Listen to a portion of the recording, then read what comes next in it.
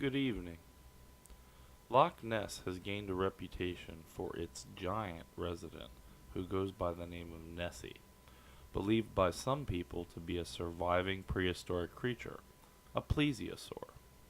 Many photographs of something strange in the water have been taken, but analysis often proves that something strange is in fact a bird, a wave, a piece of wood, or just a straightforward hoax.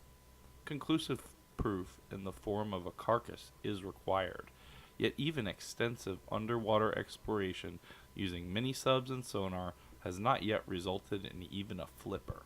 So the jury must remain out as to whether Nessie really exists or is no more than a myth fueled by publicity and gullibility. This must be the most famous photograph of the Loch Ness Monster, allegedly taken in April 1934 by R. K. Wilson, a London surgeon. The full-size photograph shows a lot more of the lake, with the monster appearing quite small. There is now a big question mark over this photograph, since Christian Sperling announced in the 1990s that the monster was in fact a toy submarine with a sculpted head attached. Marmaduke Wetherell, a big game hunter and Sperling's father-in-law, is said to have created the hoax in revenge for having been ridiculed by the Daily Mail, the newspaper that employed him.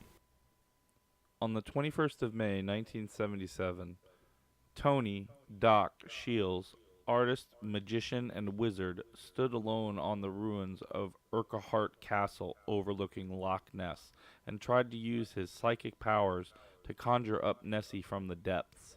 He claimed to have been successful and offered two photographs in proof. They show the 4 or 5 foot long stretch of neck that emerged from the water less than 100 yards away, though he only had time to take two shots before it submerged again. One of the original 35mm transparencies survives, but the other was accidentally destroyed, and only a black and white print survives. As an artist, Doc was able to memorize all aspects of his brief sighting and noted that the color of the animal was greenish brown with a paler underside, skin texture smooth and glossy. The animal was visible for no more than 4 or 5 seconds. It held itself very upright, very still, except for a turning of the head and a straightening of the neck before it sank, very smoothly below the surface. It had powerful neck muscles.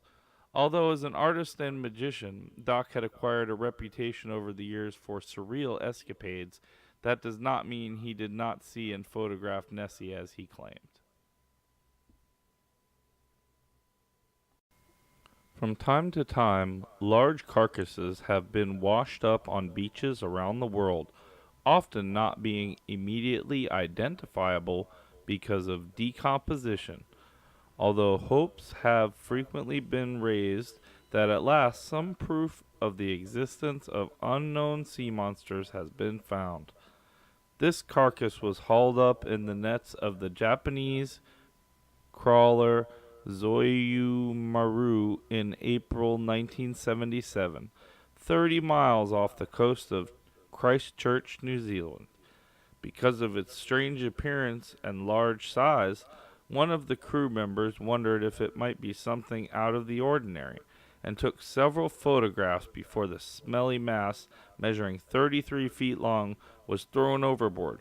A few samples of the flesh had also been retained, and when these were tested later, the carcass was able to be identified as a basking shark, and sadly not a plesiosaur. Morgar, sea giant in Cornish, is said to live in the sea off Falmouth, Cornwall, and there have been numerous sightings over the years. It has variously been identified as a prehistoric plesiosaur or a rare long-necked seal, but without a carcass to study, the identification will have to remain tentative. A couple of photographs were taken in 1976, but they remain controversial. They were allegedly taken by, quote, Mary F., who wished to remain anonymous. She sent them into the local newspaper, and in her letter she said that the monster was only visible for a few seconds, but she thought its body was 15 to 16 feet long.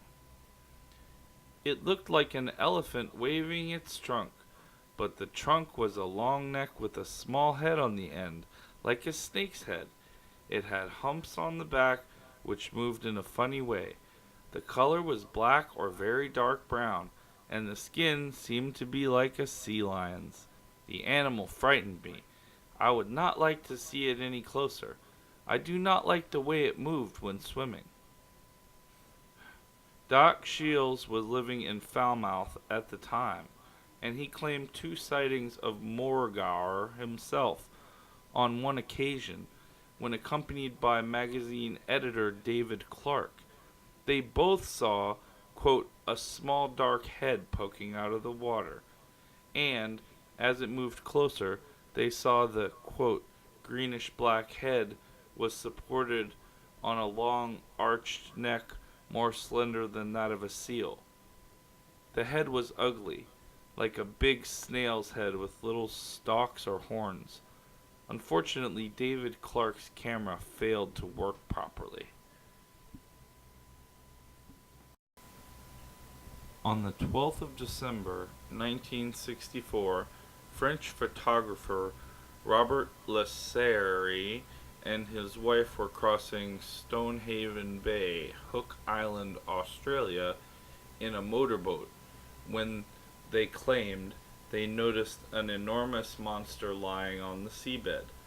It looked like a giant tadpole with a large head and thin body extending for about 30 feet or 9 millimeters in length.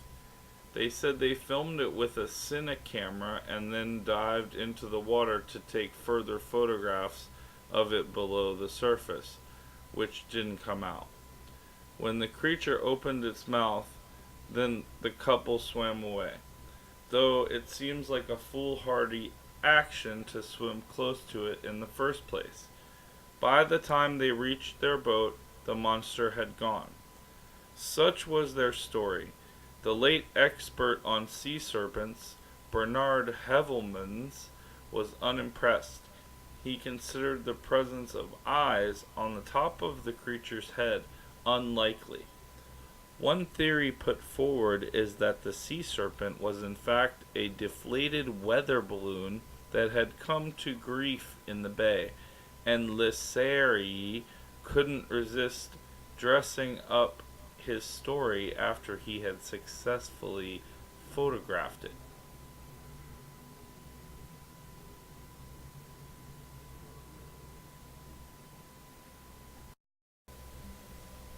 And like that, that is what we have for the Loch Ness Monster.